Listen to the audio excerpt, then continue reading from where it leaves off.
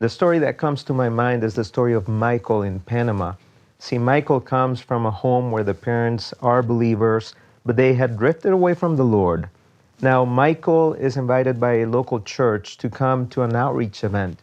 And in that outreach event, he hears the gospel message and he responds to it. He gives his life to the Lord. And then immediately, 1 week after, he starts the greatest journey. Now, unknown to Michael, the Lord would take him in a very unique journey through this time. See, right after he started the first lesson in the greatest journey, he became very ill. He was taken to the hospital. The doctors ran testings, diagnostics, and finally the diagnosis came back, and the result was he had level 3 leukemia.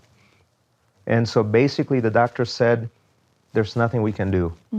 Now, as Michael is in the hospital and he's sharing with the parents in the midst of these news, he says to the parents, I am not afraid. I'm not afraid. Now think about that. The terrible news that this child has just heard.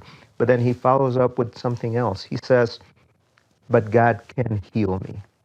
So as he goes through this process, both in his own life, the teacher, that love and passion that teachers, the greatest journey teachers have is incredible.